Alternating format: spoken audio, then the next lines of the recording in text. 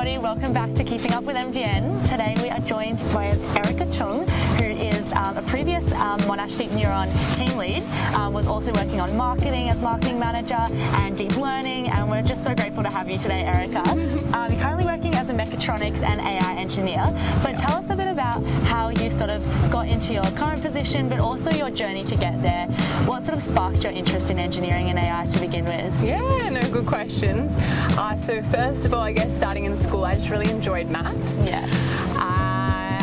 I don't know why, super nerdy, just loved it. I love it. You gotta embrace it. Exactly. You gotta embrace it. Yeah. School was like trying to get into STEM, but it wasn't really STEM. Like our religion teacher was the physics teacher, so it's a bit of a conflict there. I see. So I didn't do physics, but I wish I did. Yeah. So yeah, I just found it interesting. I think maybe also I saw my uncle. He's like sort of a software engineer, so I just sort of seen him like whenever I go down to his house on holidays, we just build stuff together. Wow. So I think you kind of get a love for like creating your own thing and like designing as well, like also the art aspect.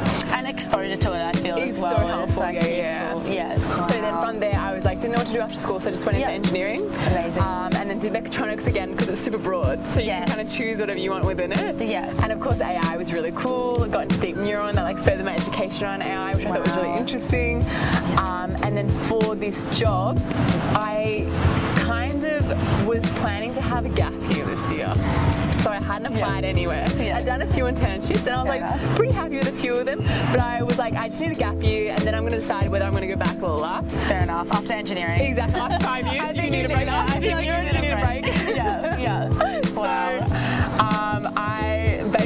I think I had 1 month left to go. Yeah. And I was literally like, okay, cool. So I'm going to go like Portugal in January and like Spain in Feb. And then my friend Cara was like, oh my God, one of my friends has this like robotics company. Like you should talk to her. And I was like, okay. Yeah. So I go talk to her and I kind of, it's like very chill. She shows me in the office. It's really cool. They have like a robot saying like hello to me. And I'm like, it's adorable and I love it. And the team's really cute. It like, you remind me exactly of Be Curious 6. Oh, okay. I see. Exactly that vibe. Yeah. I love it. Fun people and then like a robot. A really sweet robot. So I was like, oh, that's really nice. And then Grace, the founder who was talking to me, was like, oh, would you like be interested in like maybe doing something over summer? Yeah. I was like, yeah, sure, like why not? Like let me say yes. Exactly. Yeah. So we did a quick interview. It was so funny, like the night before the interview, I think I had like 2 hours sleep and I just like rock up to his interview, like chatted away, got the role really luckily, and then I did it over summer, which was really great. I got to know the team. I got like, they throw you straight in the deep end. Like they're like, okay, computer vision, that's just you go crazy. Like we want this, we want to be able to see like key points and bodies, and if someone's waving at Abby, we want her to wave back, etc. And then I kind of really liked it, and I was like, I feel like this is a really amazing opportunity. I don't want to give it up just yet. So I was like, maybe gap year can be a gap next year or something. Okay. So then I kind of have gone full time now. Amazing. And how would you say that transition was from your full-time studies, obviously studying engineering, working on Monash Deep Neuron, to a full-time role at a startup? How would you say that transition? Do you think that the degree prepared you enough, or was there a lot of challenges? I'm sure there would continue to be challenges along the way. Definitely. So I think engineering is very broad, software is very broad, and so is AI. So it's like, it's not like like obviously like languages that you learn in uni, like Python, etc., are going to be helpful. But the exact way a company flows, you learn it all on the go. So like the most that you can get out of uni is how to pick up skills quickly. Like ask great questions, feel good working in teams, and like Monash definitely gets you, provide you those skills, which is really good. And as I was saying before this, I'd say full-time work is like the best. Like so good to think about. It's so good. I think going to an engineering degree, you're working working your bum away so hard, long hours, doing them on the weekends. Like I know. Like you're just like, I was like almost in a constant state of stress. Like at all points. It's like full-time stress. Literally. You have a quiz on like Wednesday and then like a assignment on Friday. So like full-time work, I really like the structure. You go in, smash it out for a few hours. Like you have your lunch break as well. Then you go home, complete. Like the day is yours. The rest of the day is yours. You can plan things. Clock out, exactly. And I'm pretty lucky with my boss is like, in 2 weeks I'm going to go up to Queensland and I've swapped like for the long weekend. So I've swapped out the Tuesday for a Saturday work, so I can have like a longer holiday. So a lot like more flexible in that sense. Exactly. So definitely very company to company, but I think like especially with our generation coming into the workforce, we're definitely encouraging a more flexible way of like work-life balance. Exactly. So I think it's a good transition so far. Obviously it's hard, it has its challenges, but it's good. Uni, like you get through uni, you can get through anything. Obviously, Erika, now you're starting full-time work at Andromeda since last year. Tell us a little bit about sort of, for those who don't know, like a sort of day in the life as a Mechatronics and AI engineer at Andromeda. Yeah. So basically what we do at Andromeda is we build a robot called Abby, and she's a social robot. She goes into children's hospitals and interacts with young kids, particularly those who are immunocompromised, so they can't socialise as much, as well as at nursing homes. So she is basically a canvas for any kind of features or things that we want to do with a robot in those environments. So for like nursing homes, we're developing like a dementia analysis program that she can detect how someone's dementia levels are being handled, etc. And then for the children hospitals, it's like she blows bubbles out of her arm and they love that's amazing. And she dances and like her language models are very refined, so she's really sassy. That's like I like that. Okay. She's really sassy. She's like really rude. Like it's really entertaining. I think the kids will like it though as well. The parents love it. She says some like naughty jokes. I'm like, Abby, watch out. Oh, that's great. It's good. So I work on her and like basically anything AI. The team's quite small as well. There's only 10 of us, so it's like we're kind of split into like someone's on DevOps, someone's on mechanics, someone's on electrical. So I'm like AI. So like you want her to see. I find models and which can help her see. Amazing. And also language models as well. Like we need to fine tune different models, use local models, extend anything that we have existing, which is really cool. So it's like a mix, I guess, day in a life. You're doing half technical work. That technical work, all in the AI space, and then the other half is going to the clinics, going to the nursing homes, interacting with the clients, which was really great. Wow. You would be great at it. You have so much skills coming out. It's so much fun. Yes, with the little kids, it's like so beautiful. And then even on Friday, we flew to the Sydney for the day to meet with like investors and clients. So you get the business side as well. That's like a third aspect, which is really cool. Wow. So because it's a startup, you just get to see every area. It's very interesting. In terms of, as you were saying, you learnt a lot of need a lot of soft skills on your job in particular. How would you say, because I know for me, when I picture engineering or when I did picture engineering, I thought of the more like technical skills, the coding, but what would you say are the soft skills that you've really found useful since learning at Monash and at your degree, your position at Monash Deep Neuron to now? Yeah, definitely.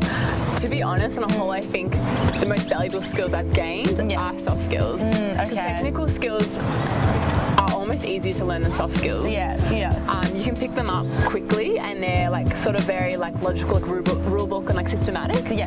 Soft skills, I would say, is definitely communication, especially when you're stressed, managing stress, how to communicate properly in a team, build those relationships so you know how to play with other people's strengths and like when you should come in on their weaknesses. And then probably just another soft skill. I don't know if this comes under soft skill, but I would say like Monash is good at like throwing you in the deep end with random subjects. But like, I mean, our last subject was like build a robot that like grabs a parcel, takes A to B and and you go and you're like, I have no clue what to do. And then you come out at the end of the subject and you're like, oh my god, I'm so impressed with myself. I built this. I like learned how to use a Raspberry Pi. I learned how to use a Arduino, things like that. So I think that skill of just being able to back yourself, learn things quickly, and in a team environment. Definitely. So they're probably the two most important. Wow. And in terms of your role at Andromeda, you were saying that it's obviously a team environment, but how would you say entering a sort of quite male-dominated field, how would you say you've overcome some of the challenges in terms of the team ratio, male to female team, and the sort of interactions that you have on the job? I think at Andromeda I'm lucky because our founder is female, and so she like sets the tone for the team, which is really great. I think it can be a bit hard coming in. It is fine though, like the whole team's very nice. I think just like if you're feeling stressed or you feel a bit like left behind or anything, like I straight away just like let Grace or my technical lead know, and they're really nice. And then I guess in regards to like the rest of the stuff, I guess maybe imposter syndrome can also play a part. Because you're just like, oh, it's in that super subconscious, you're like, oh, no one here looks like me, or like they all seem really great, like all of that. And I think just training yourself to be like, first of all, celebrate all your little wins. Like you got your like environment set up on your laptop, like celebrate that. And then little wins. when you're going through like you're getting started and it's really tough, like just constantly encouraging yourself, being like, hey, you're doing a good job, like don't worry, you did this well, like keep pushing yourself and being really persistent with it, and like giving yourself the motivation to continue on.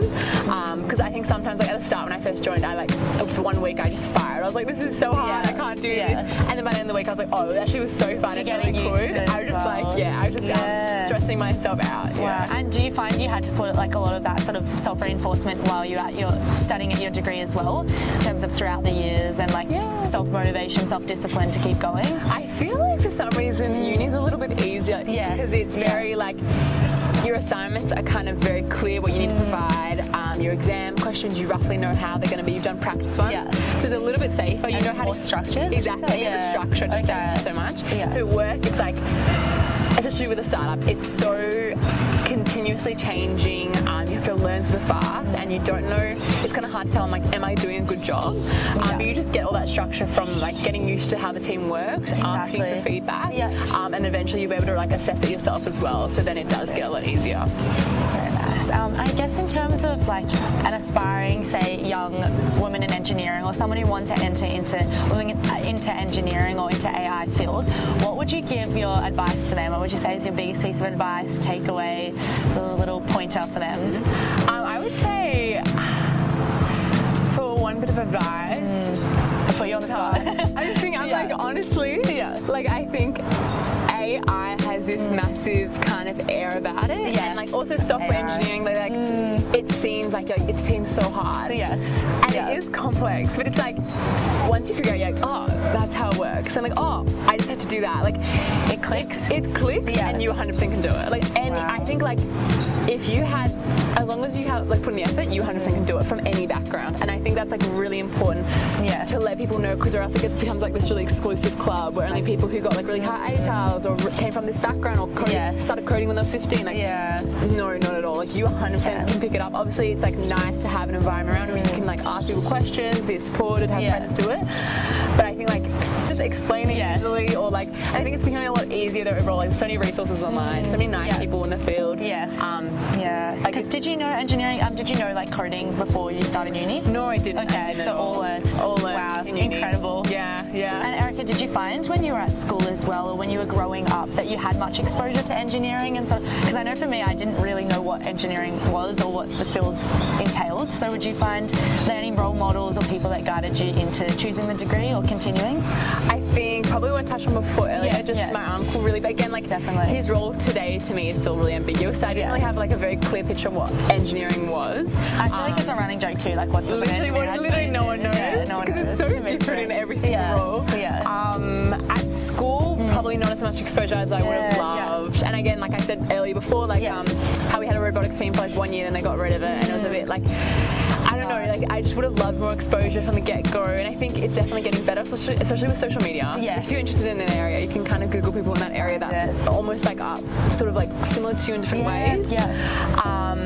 But I think, I guess, exposure-wise, overall, I think it's really important to make sure people are aware, like, the different aspects of AI, how it's not just all, like, even if maths isn't your strong point or coding is not a strong point, creativity in general is really important. Like, and people wouldn't expect that. Like, I don't think that would be the first thing to come to mind when you think of like engineering, to think creative, and like especially software, to think creativity. But exactly, they're like fully. I mentioned earlier, but there's like fully so many models, like so many papers you read now that like the way they're structuring AI models is so interesting. Like they're just imitating how we act as humans, how nature acts as AI models, and like only someone creative can come up with that and like link that together. And I think it's super important to make sure that's like expressed when they talk about AI, and be like, it's not all just like a black box, so it's not all just like pre-trained models. Like you can really get in there and like build up something really amazing. And I think it's so broad and amazing to say. And I know, because like the current education brands, they're doing a lot with sort of like outreach to schools and sort of promoting it earlier on. And I think recently I went to McRob as well, and like seeing the girls there and the way that they were really getting around engineering and coding from like obviously a young age, I think that's great. Would you say there's any further steps that as sort of schools or engineering at uni can sort of promote it in younger age groups, and sort of especially with women, to sort of promote it earlier on? I think like we're super lucky. There's so many programs. Really great. Yeah, definitely. Extra ones, I think. Maybe just like having the conversation with students at the start. Like I think it's almost really scary jumping into a coding class where they're like, hey, let's just start coding straight away. You have no context to like where it's helpful, what fields it can be brought into. So if you like built that context around coding or what AI is and why it's helpful, and like why it can take you from where you are to where you want to be. Like if you want to like be in fashion or something, or you want to be in like the next CEO of a business, like how can AI and coding get you there, and like make it specific to them, and then they're like, oh my god, that sounds like actually really helpful, and then you like they'll have motivation to learn it, because when people relate to it, obviously, of course, it's so much easier to. Or else it's just me like, oh, why am I learning this? Exactly. It's really like not helpful, and like it doesn't seem as like obviously when you start learning it's a bit harder, so it doesn't seem that fun yet. Like so I feel like making it meaningful and like providing really clear links to where kids want to go. Definitely. Well, thank you so much. I think we might leave it there. Thank you for joining us, Erika. We're obviously so grateful to have you. Monash Deep Neuron was so lucky to have you on the team, and now you're just doing incredible work. So we're really, really privileged to have you here today. Thank you so much for having me. Thank you.